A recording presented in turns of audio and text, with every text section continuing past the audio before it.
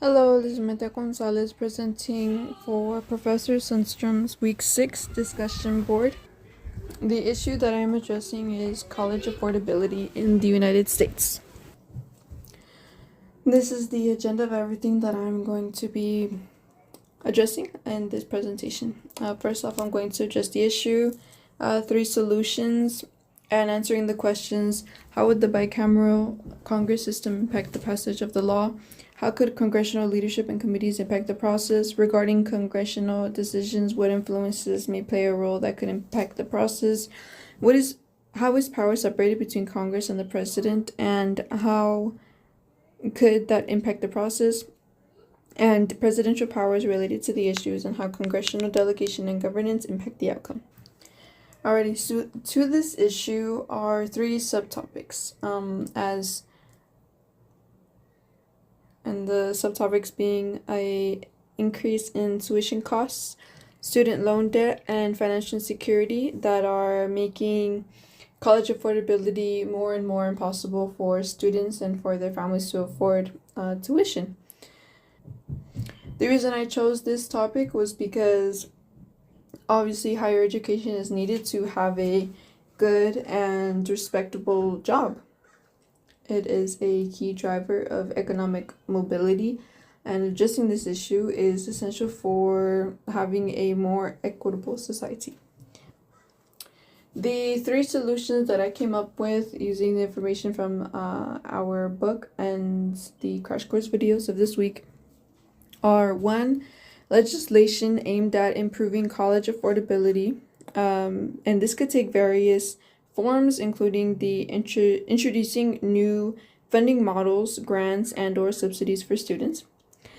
Number 2, creating comprehensive bills proposing a blueprint for public higher education funding in order to prevent tuition hikes. A new word that I learned this week is comprehensive bill. And comprehensive bill, I learned, is a piece of legislation that is thorough enough to cover this wide range of college affordability so that nothing is incomplete or fragmented.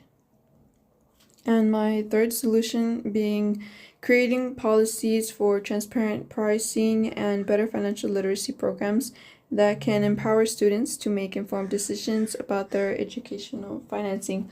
The reason I chose this one, or I created this one, was because me myself, and this is honestly my opinion, and I saw this attending North, which is on the lower end of the community. Many students who were going to college for the first time, like in their families, they didn't really know the process, and thankfully we had a counselor that knew this, and we were fortunate enough to have her basically holding our hands through the entire process. So anyways, I just feel like it's a process where it's assumed that we know what to do, and yeah, okay, now moving on to the question: how would the bicameral Congress system impact the passage of the law? The bicameral Congress consists of the House of Representatives and the Senate. And as we learned, the House of Representatives has 435 people, from multiple from each state. And the Senate has 2 from each state, so there's 100 people. Now, the reason that they are important is because they debate, modify, and approve measures that directly impact higher education funding and policy.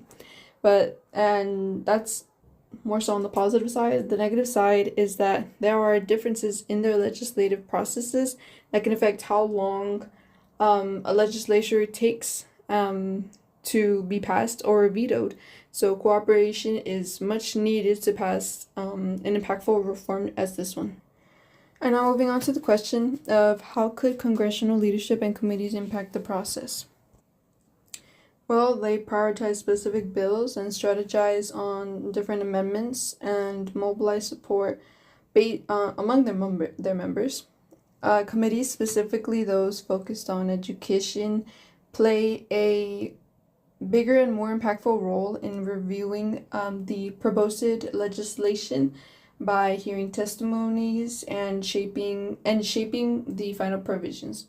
And the reason why this is such an impactful role is because they ultimately determine how effective measures the measures aimed at changing college affordability are. And now moving on to the question regarding congressional decisions, what influences may play a role that could impact the process? So this one I more so did it based off of the crash course of congressional decisions, obviously. And I divided it into 3 subgroups: political party dynamics, lobbying and advocacy groups, and public opinion. Political party dynamics and public opinion kind of go hand in hand, more so because voters are the people that political parties are trying to appease. So essentially, the majority party's values and agenda guide these legislative proposals, influencing debates and potential compromises on the funding levels and policy reforms. And the reason I said this goes hand in hand is because the majority party is obviously voted in by these voters and the public, the people. And so lawmakers are usually more responsive to the needs and the concerns of the people. And if the majority of the people have this concern, being college affordability, then obviously the voters are going to express their concerns, and lawmakers are going to listen and prioritize the affordability measures. Yeah, so that's why I said those kind of went hand in hand. And I'm moving on to the 3rd subgroup, lobbying and advocacy groups.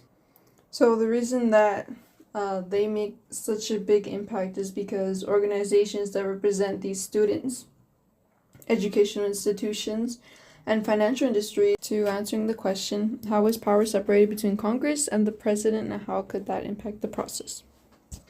Well, Congress and the president have 2 very different roles. Congress having the role of drafting and passing legislation, while the president has the power to sign or veto these bills, which unfortunately creates issues and challenges in advancing college affordability initiatives, especially if there are differing priorities between congressional leaders mentioned before and the president. And now moving on to presidential powers related to the issues and how congressional delegation and governance impact the outcome.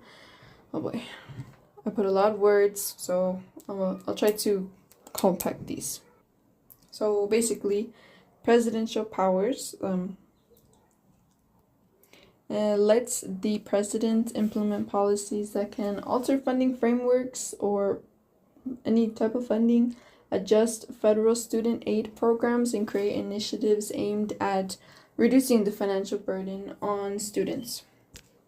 Based on what the president wants, the Congress can then respond to or agree or align with his vision for education. So whatever his agenda is, Congress, and based on whatever priority he has of educational funding, Congress can respond to it. So then moving on to the 2nd subcategory, the congressional delegation can speed up this process to emerging educational issues and facilitate the implementation of solutions.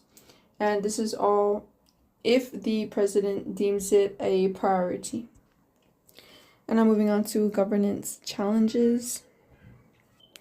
And this essentially happens when there are conflicting interests among stakeholders, such as the federal, the state, and institutional policies. And what they do is complicate legislation to create effective strategies. And unfortunately, unlike our comprehensive bill, this can lead to partial outcomes that do not fully address the needs of students and families. And these governance challenges really highlights the importance of coordination in the governments to really achieve change nationwide for students and their families. Thank you so much, and this is the conclusion of our presentation. In conclusion, addressing college affordability is a complicated endeavor. It requires a lot of cooperation between Congress, the President, the Senate, by essentially every branch. And by leveraging the legislative process and focusing on comprehensive solutions, remember that being the whole topic, reforms for college affordability have a potential.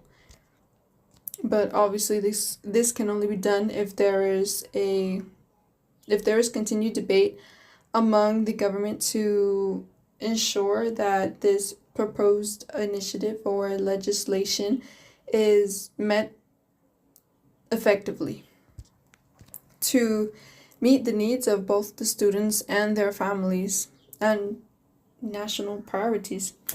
Thank you so much. Have a blessed day.